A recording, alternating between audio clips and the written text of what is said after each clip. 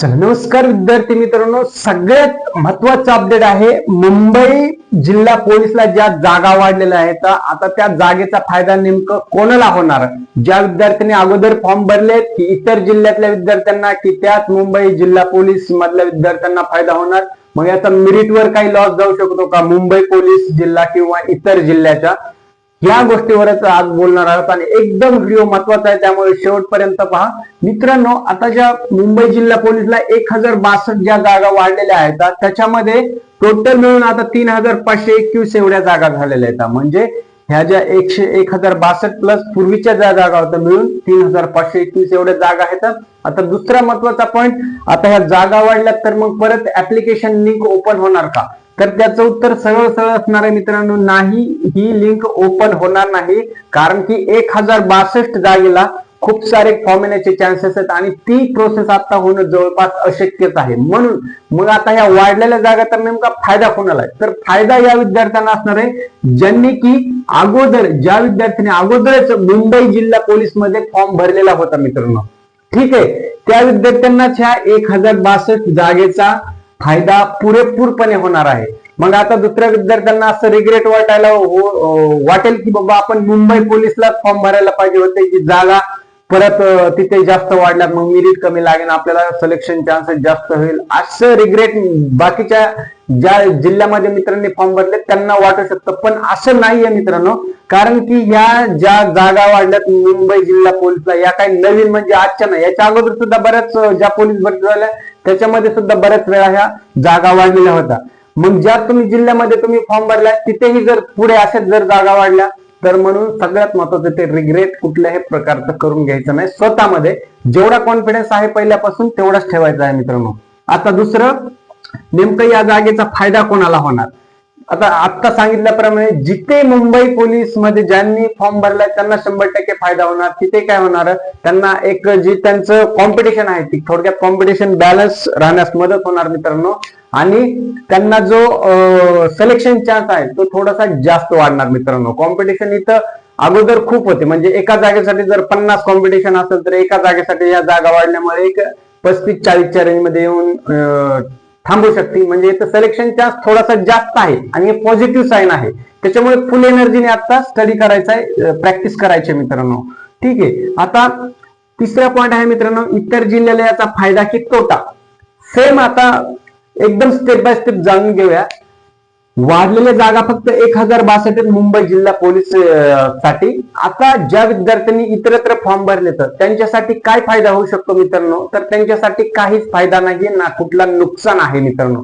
जागा तर वाढल्या, फक्त बॅलन्स होऊ शकते इथे स्पर्धा, कारण नव्याने लिंक तर ओपन होणार नाही. म्हणून नवीन जे कॅन्डिडेट त्यांना काही फॉर्म भरता येणार नाही, जे राहिले असतील किंवा राहिलेले विद्यार्थी मित्र त्यांना तर नाही. म्हणून इथे तुमच्या जिल्ह्यामध्ये ज्याच्या जिल्ह्यामध्ये ज्यांनी फॉर्म भरलाय तिथं तुम्हाला कुठलाही फायदाही नाही आणि तोटाही नाही.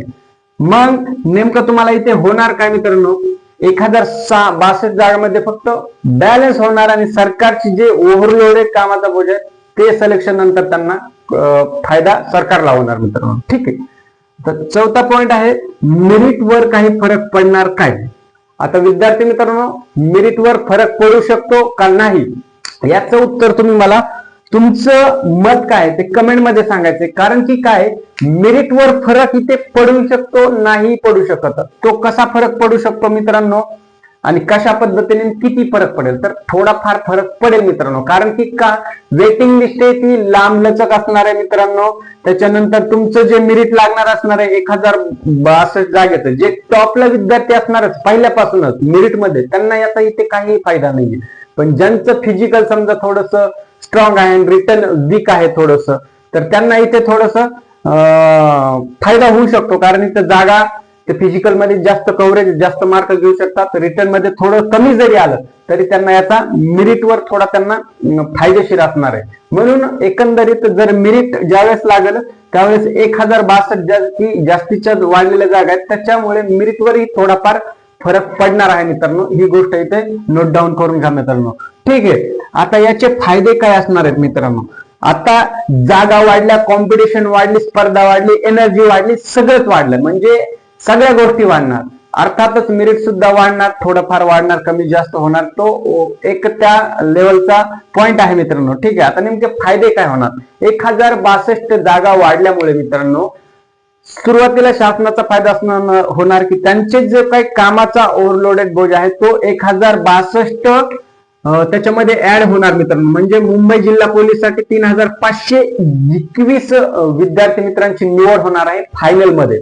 म्हणजे एवढ्या लोकांना सुरुवातीला तर रोजगार मिळणार, त्यांचं करिअर, त्यांचं गोल, त्यांचं जे वर्दीचं टार्गेट होतं ते इथं फिक्स होणार. हा एक फायदा विद्यार्थ्यांना आणि सरकारला पण, दोघांना पण. दुसरा फायदा काय होणार? सिलेक्शन चान्सेस जास्त वाढणार मित्रांनो 100%. अगोदर हे 1062 जागा वाढण्यापूर्वी कॉम्पिटिशन जास्त होते. म्हणजे एका फॉर्मला जर सपोज आपण समजूया की 100 एवढे विद्यार्थी मित्र असणार एका जागेसाठी. परंतु आता समजा जर तिथे मुंबईला 3 लाख फॉर्म आले असतील मित्रांनो, 3 लाख फॉर्म, ओके, तर सुरुवातीला हे 1062 जागा नसत्या, जेव्हा वाढल्या नव्हत्या तेव्हा ह्या 3000 मधून 3500 मधून 1062 मायनस केलं तर तेवढ्या विद्यार्थ्यांना तेवढे कॉम्पिटिशन असणार आहे. म्हणजे जवळपास एका विद्यार्थ्याला जिथे 150 ते 200 विद्यार्थी कॉम्पिटिटर म्हणून असणार आहेत तिथे आता थोडी स्पर्धा कमी होणार आहे मित्रांनो. एका विद्यार्थ्यासाठी आता 130 सपोज मानले ते 170 पर्यंत विद्यार्थी मित्रांची स्पर्धा असणार आहे. म्हणजे 100% ते फायदा होणार आहे विद्यार्थी मित्रांना. परंतु ज्यांनी मुंबई जिल्हा पोलीसला फॉर्म भरला त्यांनाच इथे फायदा होणार आहे. बाकीच्या विद्यार्थ्यांना कुणालाही याचा फायदा नाही, कारण जागा फक्त मुंबई जिल्हा पोलीस या साठीच वाढलेल्या आहेत मित्रांनो. त्याच्यानंतर कॉम्पिटिशन थोडीशी बॅलन्स होऊ शकते. आता जसं तुम्हाला एक्झाम्पल मधून सांगितलं, कॉम्पिटिशन अगोदर खूपच जास्त होती किंवा खूपच कमी होती. आता जागा वाढल्यामुळे काय होतं मित्रांनो, एकदम मिडियम रेंजला येऊन पोहोचती. म्हणजे कॉम्पिटिशन तिथं थोडीफार मॅच होती. म्हणजे जास्त विद्यार्थ्यांना ताणतणावात किंवा डिप्रेशन घेऊन किंवा जास्त कॉम्पिटिशन आहे म्हणून निगेटिव्हिटी विद्यार्थी मित्रांनो बिलकुल आणायची नाही. तर कॉम्पिटिशन तुमची बॅलन्स होणार आहे, म्हणून या गोष्टी लक्षात ठेवायच्यात मित्रांनो. आता मेरिटवर थोडाफार फरक होणार आहे आणि या जिथे मुंबईला फॉर्म भरलाय त्यांना सुद्धा त्याचा फायदा आहे मित्रांनो. म्हणून बाकीच्याही मित्रांनी कोणी याचा निगेटिव्ह इम्पॅक्ट स्वतःवर करून घ्यायचा नाही की मुंबईला आपण फॉर्म भरला असता तर ते रिग्रेट नको. आयुष्यात कधीच कुठल्याच गोष्टीचा रिग्रेट करायचा नाही. एक बार हो गया सो हो गया, फुल अँड फायनल यही होना चाहिए लाइफ का वसूल. ठीक आहे, तर आता दुसरं आणि शेवटचं एक पॉइंट सांगायचा आहे मित्रांनो, तो अतिशय महत्वाचा आहे. आता तुम्ही जे फिजिकलची किंवा रिटर्नची एक्झामची तयारी करताय, जोरदार तयारी करा. रिटर्न मध्ये पण मागे व्हिडिओ बनवले तर कशी तयारी करायची. दुसरं, फिजिकल मध्ये आता दुसरा कुठलाही चेंज करू नका. जे तुमचं मागच्या 4-6 महिन्यापूर्वी किंवा 1 वर्षापासून फिजिकलचं तुम्ही तयारी करताय, जसं तुमचं रनिंग असेल, गोळा फेक, चेस्ट असेल, बाकीच्या सगळ्या फिजिकलच्या गोष्टी असेल, त्याच्यामध्ये कुठलाही अननेसेसरी किंवा एकदम असा चेंज करू नका, जेणेकरून की तुमचं या फिजिकलचा पुढे ह्या काहीतरी तुम्ही वेगळं ट्रायल करताल, वेगळं फिजिकल कॅटेगरी वापरताल किंवा एक नवीन ट्रायल अँड एरर करताल, तर बिलकुल करू नका. जी तुम्हाला रुटीन आहे त्याच रुटीनने करा, जेणेकरून तुम्हाला फिजिकलवर कुठलाही याचा इम्पॅक्ट पडणार नाही.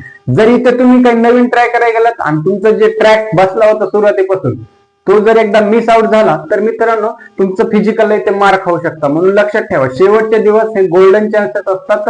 जसं की क्रिकेटमध्ये जर तुम्ही पाहिलं की एका विकेट मध्ये एका बॉलमध्ये सुद्धा, एका शेवटच्या बॉलमध्ये सुद्धा मॅच निघू शकते. तसं शेवटच्या 4 दिवसामध्ये, शेवटच्या महिनाभरामध्ये रिटर्न असेल, फिजिकल असेल, सगळ्या गोष्टीमध्ये तुमची पोलीस भरतीची स्पर्धा सुद्धा, एक्झाम सुद्धा क्रॅक होऊ शकते, फिजिकल क्रॅक होऊ शकतं. म्हणून जे रुटीन आहे तुमचं त्यावरच तुम्ही फॉलो करा, व्यवस्थित डाएट घ्या आणि तुम्हाला चांगलं प्रॅक्टिससाठी तयारी करा मित्रांनो. ठीक आहे, तर तुम्हाला भरतीसाठी खूप खूप शुभेच्छा. काही डाऊट असेल तर कमेंट बॉक्स मध्ये कमेंट करा, त्याचं उत्तर 100% देईल. काही मदत लागली तर तरी कमेंट करा. माझा हा कॉन्टॅक्ट नंबर असेल मित्रांनो 678107. तुम्हाला जर काही मदत लागत असेल तर 100% कॉन्टॅक्ट करा, मी देण्याचा नक्कीच प्रयत्न करेन मित्रांनो. जय हिंद मित्रांनो, थांबतो. राम राम.